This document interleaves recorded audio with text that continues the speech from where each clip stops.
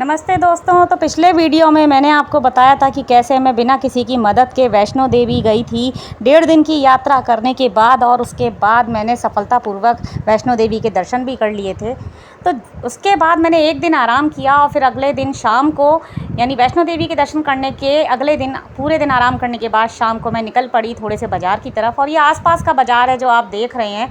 यहाँ मैंने थोड़ी बहुत ख़रीदारी की, जैसे प्रसाद वगैरह के लिए, और बाकी सब छोटी मोटी आम पापड़ वगैरह सब कुछ मिलता है यहाँ। तो जो भी पसंद आया, तो ऐसे ही घूमते फिरते छोटा मोटा देखते समय हमारा समय बीत गया। और फिर यहाँ भूख लग आई तो अंधेरा भी हो गया था। हम लोगों ने यहाँ पर डोसा ऑर्डर कर दिया और फिर उसके बाद अगले दिन हमने पटनी टॉप घूमने का प्रोग्राम बनाया, क्योंकि वहाँ पर भी मंदिर देखने थे, वहाँ पर भी नाग देवता आदि के मंदिर थे, तो हमें वहाँ भी जाना था। तो वहीं पर पटनी टॉप है।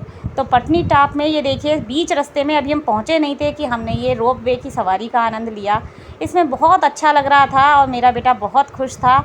उसने पहली बार इसका आनंद लिया और मेरे को भी बहुत अच्छा लग रहा था। मेरे को बहुत डर लग रहा था पहली बार बैठते में, लेकिन फिर मैं बैठ गई, क्योंकि मैंने सोचा और लोग भी तो बैठते हैं, तो फिर एक बार पहले देख लूँ इसका भी।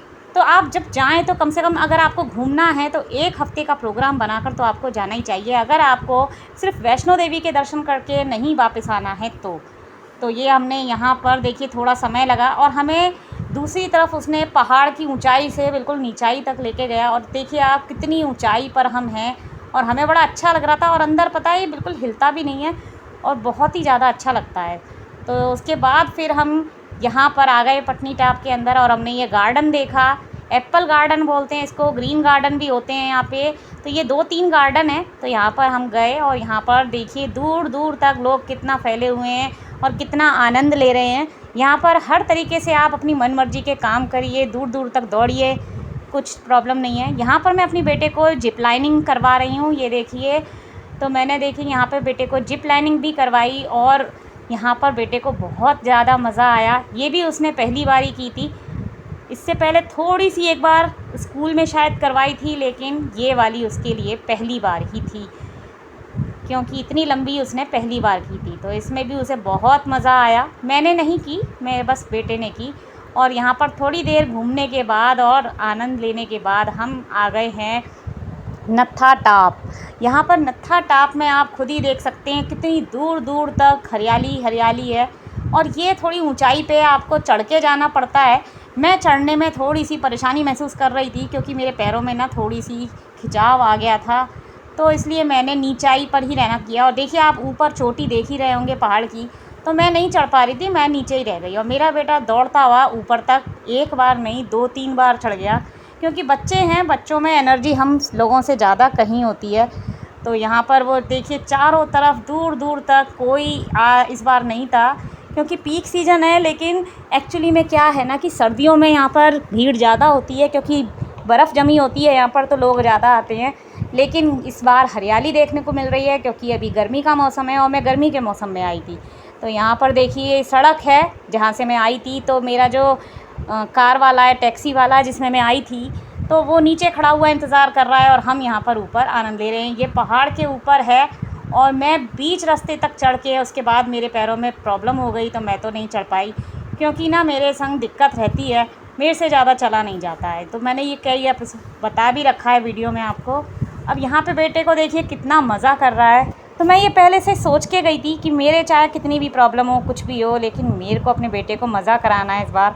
और वैष्णो देवी के दर्शन भी मुझे अच्छे से करने हैं, तो भले ही मुझे चाहे किसी भी तरीके से करने पड़े, तो क्योंकि मुझे मन्नत पूरी करनी थी। तो ये देखिए बेटे को कितना मज़ा आ रहा है। और यहाँ देखिए ये पहाड़ की चोटी है, जो देखने में अभी पास लग रही है, लेकिन जाने में समय लगता है।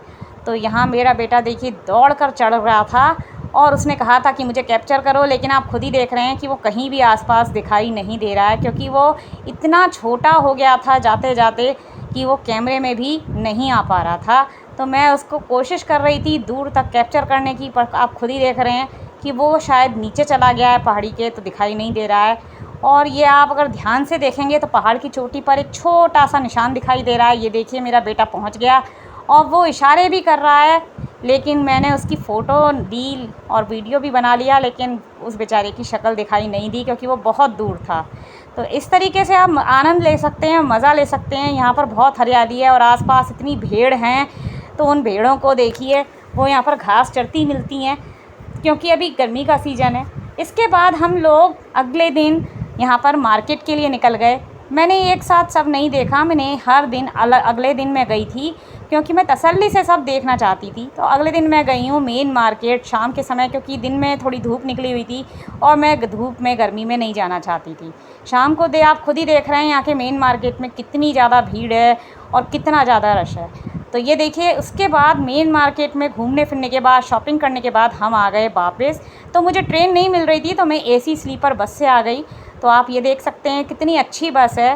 तो दोस्तों, आपको ये वीडियो कैसा लगा, और अगर आप कोई कमेंट करना चाहें तो ज़रूर करें और मुझे बताएं कि आपको यहाँ पर कौन सी जगह ज़्यादा अच्छी लगी। अगले वीडियो में मैं बताऊँगी कि मैंने क्या क्या शॉपिंग की। तो दोस्तों, जय माता दी।